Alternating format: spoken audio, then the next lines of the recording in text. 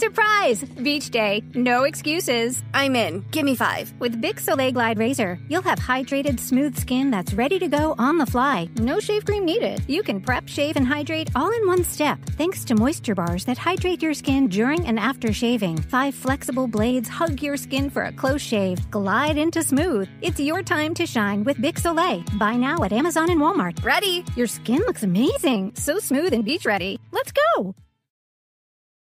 Do Crohn's disease symptoms keep coming back?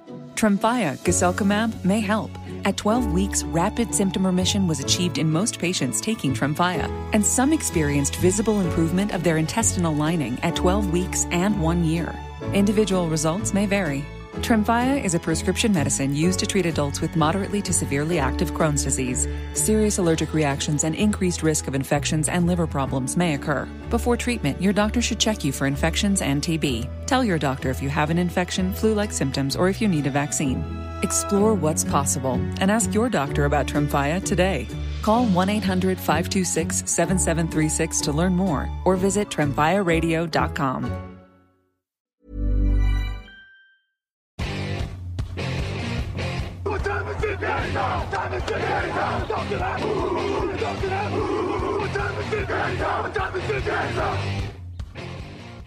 Hello et bienvenue sur un nouveau podcast Touchdown Actu, le rendez-vous du samedi. C'est le rendez-vous fantasy si vous en aviez perdu l'habitude. On va vite la retrouver parce que c'est la reprise. Tonio Ajavon au micro, un plaisir de vous retrouver pour cette nouvelle saison. Et un plaisir également de retrouver celui qui m'a accompagné sur ce podcast toute la saison dernière et qui est lui aussi de retour cette année. C'est le président du fan club de Brian Gutekunst, le saint patron de la fantasy, le commissaire des... Combien on a de ligues cette saison sur TDA ? 71. 71 ligues TDA. Évidemment, vous avez reconnu sa voix, c'est Alexandre Locke. Comment ça va, Alex ? Salut Tonio, bonjour à tous. Bah écoute, ça va bien, content de te retrouver derrière ce micro. Bah écoute, moi aussi je suis très content. Je suis encore plus content que tu aies pas mal pris le fait que j'ai dit que tu sois le président du fan club de Brian Gutekunst. Peut-être qu'il y a du vrai là-dedans. Écoute, il reste quelques jours pour faire un échange de Micah Parsons, donc ça lui laisse une opportunité. Ok, bah écoute, on l'espère pour vous. Enfin, on l'espère pas pour les fans des Cowboys, évidemment. Mais nous, on va parler fantasy sur ce podcast comme vous en aviez l'habitude la saison dernière et comme on va la reprendre donc cette saison. Et pour ce programme de reprise, on a prévu 5 thèmes, 5 catégories plutôt, dans laquelle on va chacun choisir 1 ou 2 joueurs selon. 5 catégories pour un peu préparer les drafts qui commencent normalement cette semaine. Peut-être que vous l'avez déjà fait si vous êtes adepte de Dynasty par exemple. En tout cas pour les formats redraft, c'est maintenant que ça se passe en général.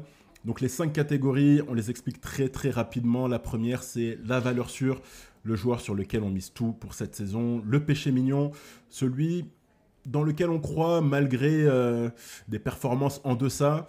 Une troisième catégorie qu'on a nommée non mais allô quoi, c'est-à-dire qu'on ne comprend pas. On ne comprend pas pourquoi la cote du joueur est si haute ou si basse.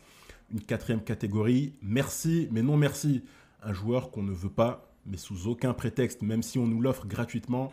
Et enfin, dernière catégorie, Star is Born, vous l'avez compris, ce sera les rookies, un rookie sur lequel il faut miser cette saison. Voilà, 5 catégories pour une grosse quinzaine de minutes.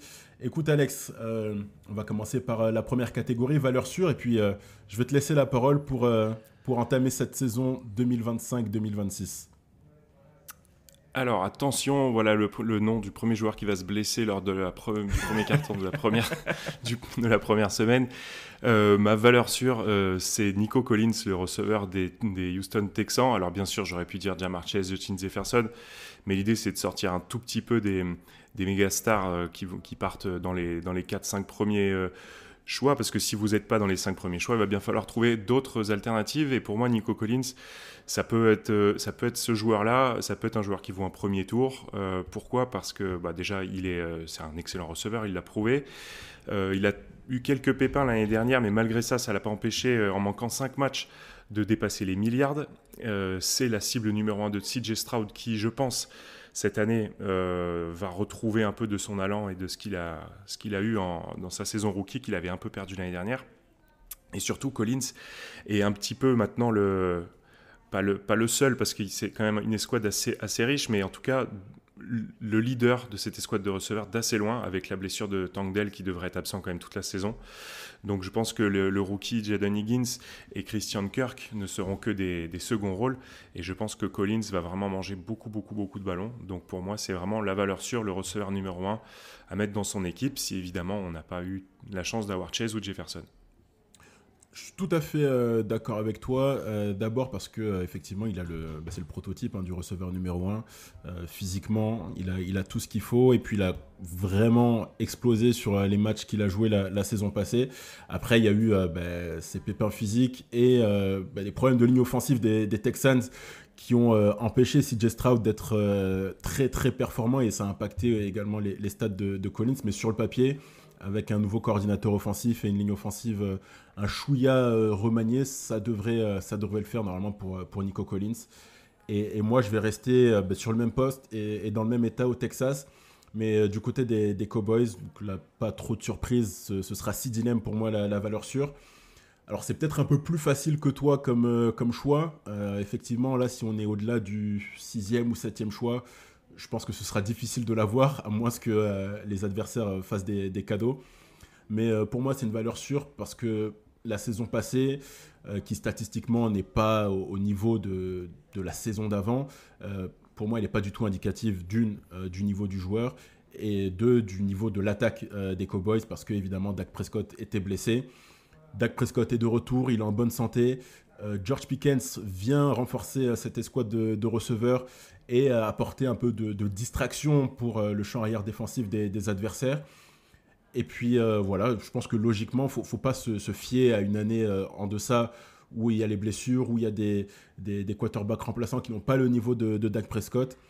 Pour moi, tout ça, c'est aux oubliettes. CeeDee Lamb, s'il n'est pas au niveau de Justin Jefferson et Ja'Marr Chase, il en est vraiment pas très loin.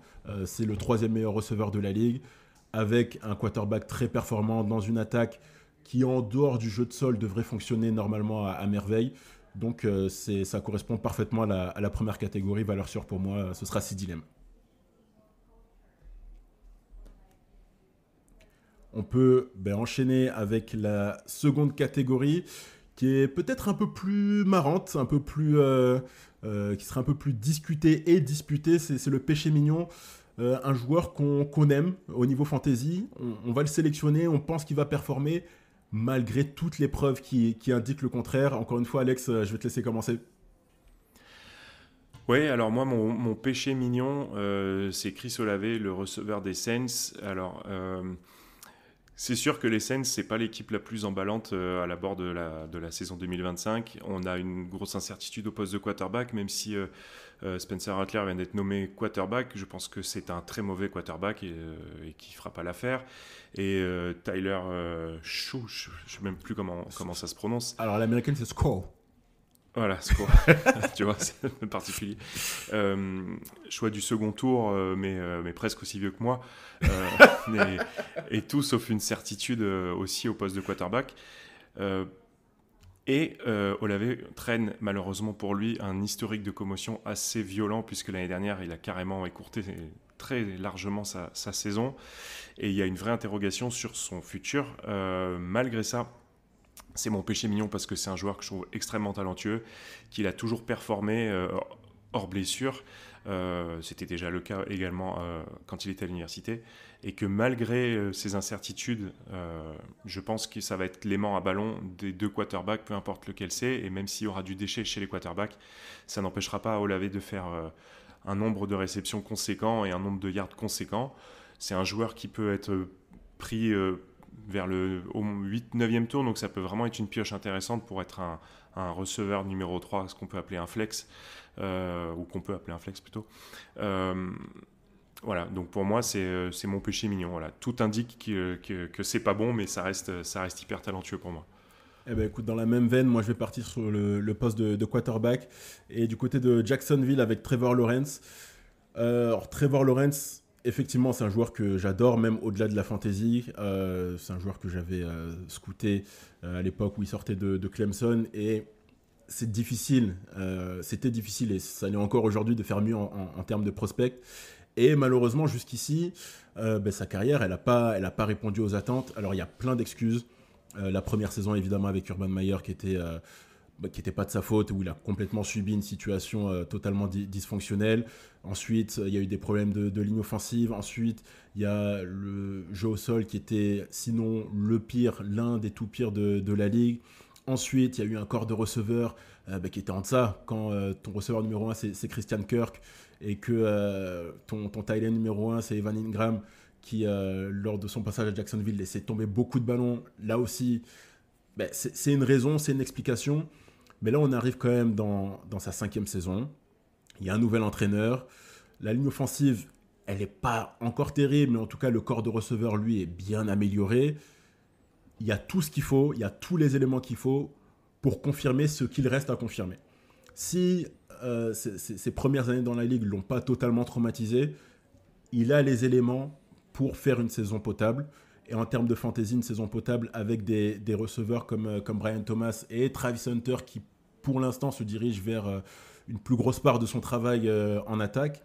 C'est des joueurs qui, balle en main, sont électriques, qui arrivent à faire des yards après réception. Et des yards après réception, c'est des points pour le quarterback, même avec un jeu un peu plus conservateur. Il a un nouveau head coach en la personne de Liam Cohen, qui a dirigé l'une des meilleures attaques la saison passée avec les Buccaneers.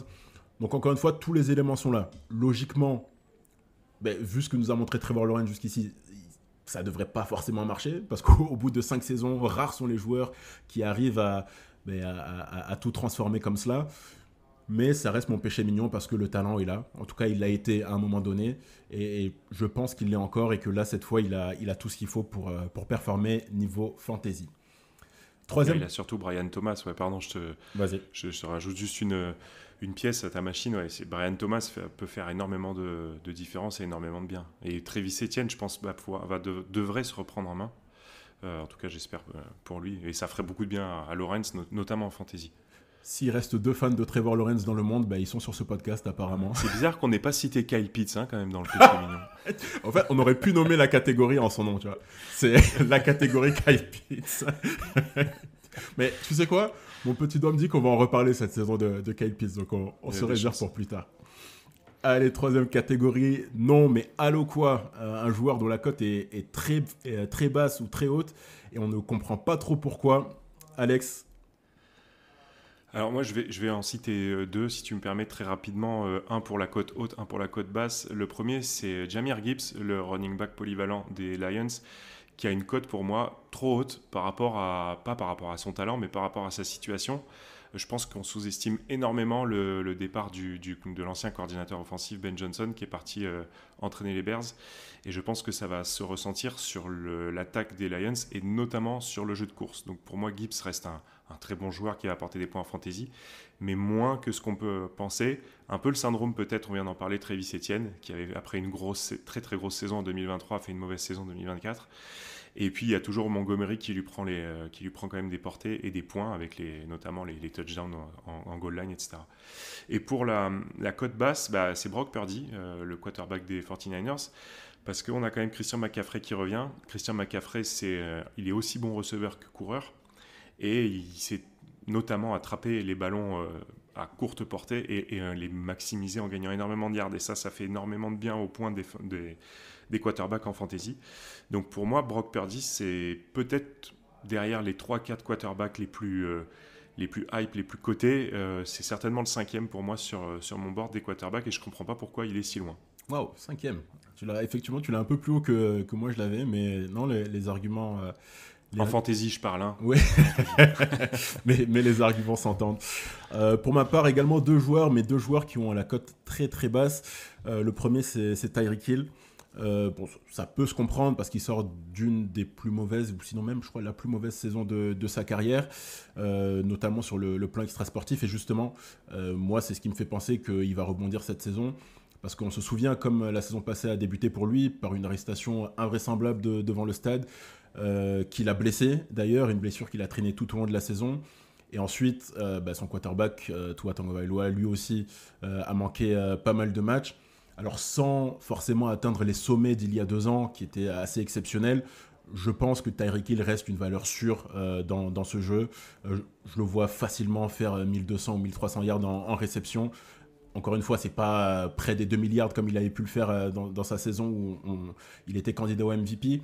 Mais en tout cas, c'est largement supérieur à la cote qu'il a en ce moment en fantasy où on le voit en receveur 17 ou 18. Pour moi, si vous l'avez encore à ce niveau-là, n'hésitez absolument pas à le drafter. Et si vous pouvez le drafter un peu plus haut, je pense qu'il faut pas hésiter non plus. Ouais, je suis 100% d'accord avec toi. Et le deuxième joueur qui pour moi a une cote trop faible, c'est Tony Pollard, le running back des Titans. Plusieurs raisons. La première, c'est que la ligne offensive des Titans est sacrément renforcée. On regarde le pedigree des joueurs qu'il y a sur cette ligne, c'est quasiment que du premier tour. Il y a un entraîneur de ligne offensive qui est pour moi le meilleur entraîneur de poste ou de spécialité dans la ligue. Donc avec une ligne de ce niveau-là, les coureurs vont manger du côté de Tennessee cette saison. Et les coureurs, pour l'instant, c'est le coureur. Parce que Tyjae Spears est blessé au moins pour les 4 premiers matchs de la saison. Le seul coureur d'expérience, c'est Tony Pollard. Et par jeu d'élimination, je pense qu'il va beaucoup avoir d'opportunités. En plus, avec un quarterback rookie, je pense que c'est tout bénef. Si on peut choper Tony Pollard, je pense d'ailleurs qu'il sera disponible encore assez tard, parce qu'il n'a pas encore une fois une cote très élevée, c'est une bonne opportunité à saisir. Ouais, c'est pas un joueur sur lequel je mise régulièrement, mais c'est vrai que cette année, les planètes s'alignent un peu avec tout ce que tu viens d'expliquer. Allez, on enchaîne parce qu'on est déjà un peu long, mais c'est la reprise. Donc on vous fait un petit plaisir et on se fait également un petit plaisir. Catégorie merci, mais non merci, un joueur dont on ne veut plus rien avoir à faire. Encore une fois, je vais te laisser la parole, Alex. Qui est le joueur qui, peut-être parce qu'il t'a blessé, peut-être parce qu'il t'a coûté beaucoup de points en fantasy par le passé, tu ne veux plus voir dans tes ligues cette saison? C'est pas faux, c'est vrai que c'est un joueur qui marque régulièrement beaucoup de points, et notamment ces 2 dernières saisons avec les Cardinals. C'est James Conner, le coureur, très efficace, notamment la saison dernière. Mais non merci, parce que j'y crois plus. Je pense qu'il est rôti-bouilli, James Conner. Je pense que ça va être l'année de l'avènement de Trey Benson pour les Cardinals, qui avait été sélectionné début 3e tour l'année dernière et qui n'a pas beaucoup joué en 2024. Mais pour moi, voilà, Conner, je pense que c'est vraiment la fin. Donc il va jouer les premiers matchs, mais ça, voilà, je le sens fini. Voilà, je pense que c'est la fin. Honnêtement, on a déjà vu des prémices justement de cette fin la saison passée, notamment sur la deuxième partie de saison. Alors après, est-ce que, ça on ne le sait pas vraiment, il y a toujours du manque de transparence parfois sur les blessures. Est-ce qu'il traînait une petite blessure qui l'a gêné? Mais effectivement, on l'a vu prendre un gros pas en arrière. Donc ouais, je te rejoins assez sur James Conner. Pour moi, le joueur que je ne veux pas, que je ne drafterai sous aucun prétexte, c'est Quentin Johnston, le receveur des Chargers. Alors, c'est peut-être un peu illogique parce qu'il sort de la meilleure saison de sa carrière. Bon, il n'en a que 2 pour l'instant à son actif, mais il a fait quelques performances de haute volée la saison passée. Mais justement, pour moi, c'est le problème. C'est qu'il est beaucoup trop irrégulier. C'est un joueur qui peut sortir 20 points sur une semaine et la semaine suivante, voire les 2 ou 3 suivantes, il va te sortir 2 ou 4 points avec un drop bien choisi alors qu'il avait le ballon pour lui dans la end zone. C'est un joueur qui, surtout si vous avez des soucis cardiaques, ne vous embêtez pas à le drafter. Il est trop irrégulier.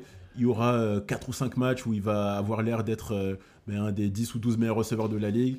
Et puis pour le reste de la saison, ce sera un joueur quelconque, d'autant plus que pour le coup, il y a un joueur sur lequel je mise énormément cette saison dans le corps de receveur des Chargers, c'est évidemment Ladd McConkey, qui a fait une saison rookie phénoménale.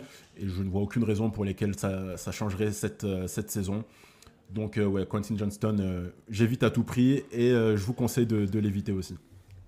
Ça et la concurrence aussi, qui s'est renforcée, le retour de Keenan Allen, la draft de Trey Harris, l'émergence du jeune, alors là le nom m'échappe avec un nom composé, pourtant je l'ai récupéré sur des waivers, mais qui était drafté au 5e tour, et ça risque d'être difficile pour Johnston cette année, effectivement.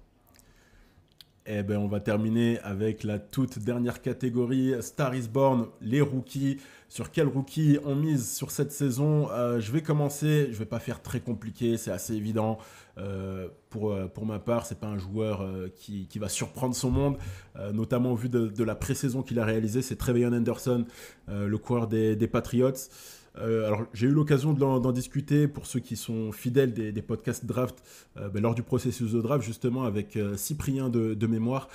Pour moi, Trevion Henderson, il était beaucoup plus proche d'Ashton Jeanty que le troisième running back de cette classe, pourtant de très haut niveau, l'était de lui. C'est un joueur qui est très très très talentueux. Le petit défaut, enfin en tout cas en termes de fantasy, c'est qu'il sera peut-être utilisé sur équipe spéciale et donc il aura beaucoup le ballon en main et peut-être que ça va diminuer un peu son apport lors des jeux offensifs. Mais en termes de talent, en termes d'opportunité, avec là aussi une ligne offensive des Patriots qui ne peut pas être bien pire que celle de la saison passée, un coureur, Ramondre Stevenson, qui fait beaucoup tomber la balle et donc qui perd la confiance de ses entraîneurs. Surtout, Mike Vrabel, c'est pas le genre à s'embêter avec des joueurs en qui il n'a pas confiance. Je pense que Trevion Henderson aura toutes les opportunités du monde de briller. Et surtout, je m'arrêterai là, sa qualité première, c'est que c'est un joueur home run, comme on dit. Il peut prendre un ballon et de l'amener 60-70 yards. Donc, il n'aura pas forcément besoin de 20 ou 25 portées dans un match pour aller toucher les 80 ou 90 yards dans une rencontre et aller marquer son touchdown. Donc, parmi tous les rookies, pour moi, je pense que c'est celui qui va le plus briller cette saison. Eh ben, je vais juste apporter une contradiction, parce que le rookie qui va le plus briller cette saison, c'est celui dont je vais parler, qui n'est ni plus ni moins que le nouveau Justin Jefferson. C'est bien sûr Matthew Golden, le receveur des Packers. En toute objectivité. Eh ben oui, figure-toi, parce que j'ai trouvé, alors c'est un joueur qui a certainement besoin de confirmer, mais il a fait un camp d'entraînement assez phénoménal. Il a montré des qualités de main qui n'existent plus à Green Bay depuis Jordy Nelson, parce que Davante Adams, il y a eu un début compliqué à Green Bay avec les mains, mais il a montré des super mains, il a montré des tracés, capacités d'élimination de son cornerback vraiment impressionnantes. Des réflexes aussi, je ne sais pas si nos auditeurs ont vu les petits drills qu'il y a eu après la draft avec les bâtons qui tombent là, de manière aléatoire. Ça a été le seul à tous les attraper. Voilà, donc je pense que lui, non seulement ça va être le receveur numéro 1 des Packers, dans une attaque qui fait quand même des gros jeux, même si elle n'est pas exempte de défauts, loin de là, mais qui fait pas mal de gros jeux. Ça va être celui qui va émerger. Et alors encore plus après, si on réfléchit, pour ceux qui s'intéressent aux dynasties, voilà, je vous dis, c'est le futur Jefferson. Dans 2-3 ans, c'est un des 5 meilleurs receveurs de la ligue. Donc voilà, la star is born, c'est pas Lady Gaga, c'est bien Matthew Golden. Et allez, on va terminer là-dessus. Évidemment, ces conseils que nous vous donnons seront 100% vrais cette saison. Il n'y aura aucune blessure, aucune contre-performance. Donc vous pouvez nous suivre totalement et aveuglément. Mais on va s'arrêter là pour la reprise. Encore une fois, on a fait un petit peu long. On essaiera de se contenir pour les prochains. Mais c'est la reprise. On est très excités de partager ce podcast tous les deux et surtout avec vous, les auditeurs. Merci de nous avoir écoutés. On se retrouve très vite la semaine prochaine. Le site internet touchdownactu.com, évidemment, vous le connaissez sur les réseaux sociaux. C'est TD Actu partout, sauf sur Instagram où c'est Touchdown Actu en entier. Et puis la cagnotte Tipeee pour soutenir ce podcast et tous les autres. Merci à vous et à très très vite.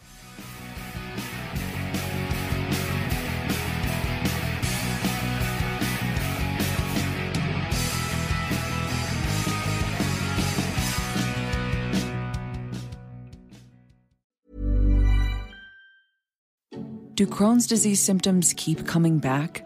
Tremfya guselkumab may help. At 12 weeks, rapid symptom remission was achieved in most patients taking Tremfya, and some experienced visible improvement of their intestinal lining at 12 weeks and 1 year. Individual results may vary. Tremfya is a prescription medicine used to treat adults with moderately to severely active Crohn's disease. Serious allergic reactions and increased risk of infections and liver problems may occur. Before treatment, your doctor should check you for infections and TB. Tell your doctor if you have an infection, flu-like symptoms, or if you need a vaccine. Explore what's possible and ask your doctor about Tremfya today. Call 1-800-526-7736 to learn more or visit tremfyaradio.com. Businesses that are selling through the roof, like Untuckit, make selling and for shoppers buying simple with Shopify, home of the #1 checkout on the planet. And with Shop Pay, you can boost conversions up to 50%. Businesses that sell more sell on Shopify. Upgrade your business and get the same checkout Untuckit uses. Sign up for your $1 per month trial period at shopify.com/podcast free. All lowercase. Go to shopify.com/podcast free to upgrade your selling today.